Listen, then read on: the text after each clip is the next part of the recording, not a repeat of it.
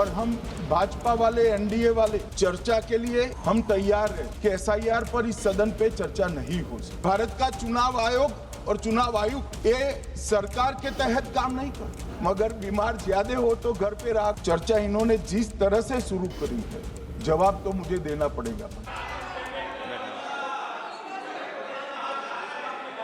बैठिए। और जो समय आवंटित था उससे ज्यादा सभी राजनीतिक दलों को दिया है। अब अगले विषय पर आपको हमेशा मौका दिया है, फिर देंगे आपको मौका। आज मैं माननीय गृह मंत्री जी से आग्रह करता हूं।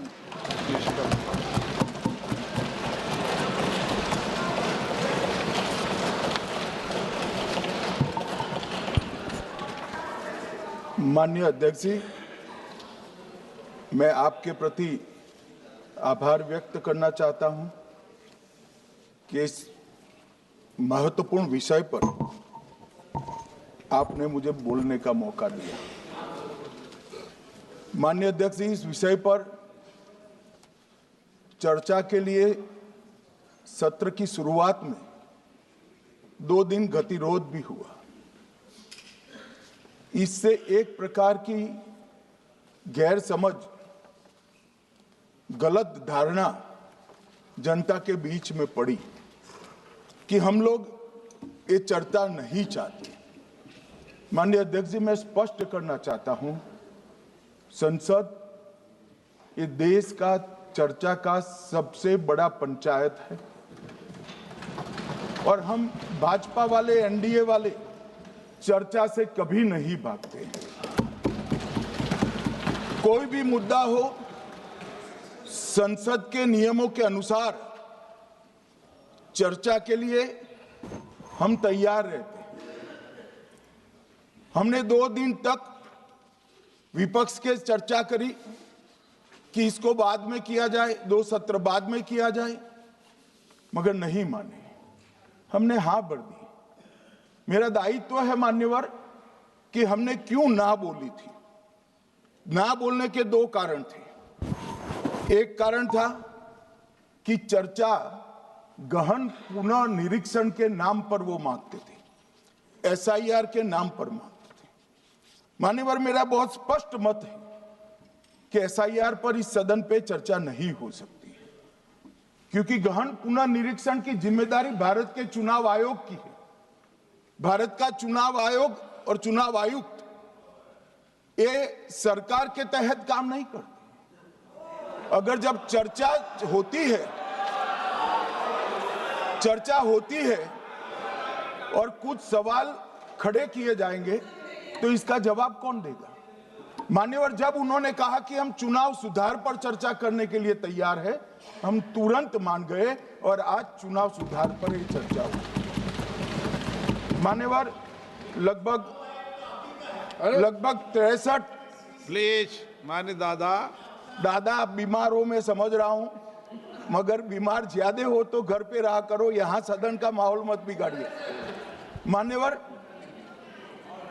63 सदस्यों ने प्लीज ऐसे माहौल ठीक रहना चाहिए। व्यक्तिगत बात है मेरी और दादा के बीच में, माहौल ठीक रहना चाहिए।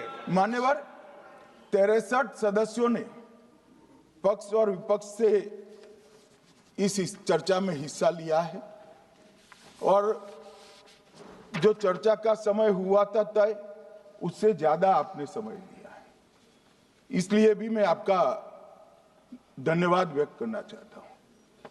मान्यवर, चर्चा तय हुई थी चुनाव सुधारों के लिए, मगर ज्यादातर विपक्ष के सदस्यों ने एसआईआर पर ही चर्चा करी। अब चर्चा इन्होंने जिस तरह से शुरू करी है, जवाब तो मुझे देना पड़ेगा मान्यवर, और मैं मानता हूं उनको सुनना भी चाहिए। मान्यवर, इस एसआईआर पर, गहन पुनर्निरीक्षण पर एक तरफा 4 महीने से झूठ फैलाया और देश की जनता को गुमराह करने का प्रयास किया। और मेरा आग्रह है सदन के पक्ष और विपक्ष के सभी सदस्यों, मैंने एसआईआर की प्रक्रिया का, इससे जुड़े हुए संवैधानिक अनुबंधों का और भूतकाल में जो एसआईआर हुए वो सभी का गहन अभ्यास किया है। मैं आज आपके माध्यम से इस सदन को और सदन के माध्यम से पूरे देश की जनता को जो झूठ विशेषकर कांग्रेस पार्टी द्वारा फैलाया गया है वो झूठ का मेरे तर्कों के हिसाब से जवाब देना चाहता हूं। आप बेटे बेटे ज्ञान मत दीजिए। मान्यवर, ये देश के संविधान में मान्यवर ये देश के संविधान से, संविधान के अनुच्छेदों से चुनाव आयोग की रचना हुई। एक प्रकार से चुनाव आयोग एक संवैधानिक संस्था है। संविधान के अंदर चुनाव आयोग का गठन, उसकी शक्तियां, चुनावी प्रक्रिया, मतदाता की परिभाषा और मतदाता सूची को तैयार करने और उसके सुधारने के लिए की शक्तियां, इसके बारे में स्पष्ट प्रावधान किए गए। और मान्यवर, बड़ी विनम्रता से मैं बताना चाहता हूं कि प्रावधान जब किए गए तब हमारी पार्टी बनी ही नहीं थी। हमारी पार्टी के अलावे जो लोग हैं, इन लोगों ने संविधान सभा में चर्चा कर कर संविधान को बनाया था।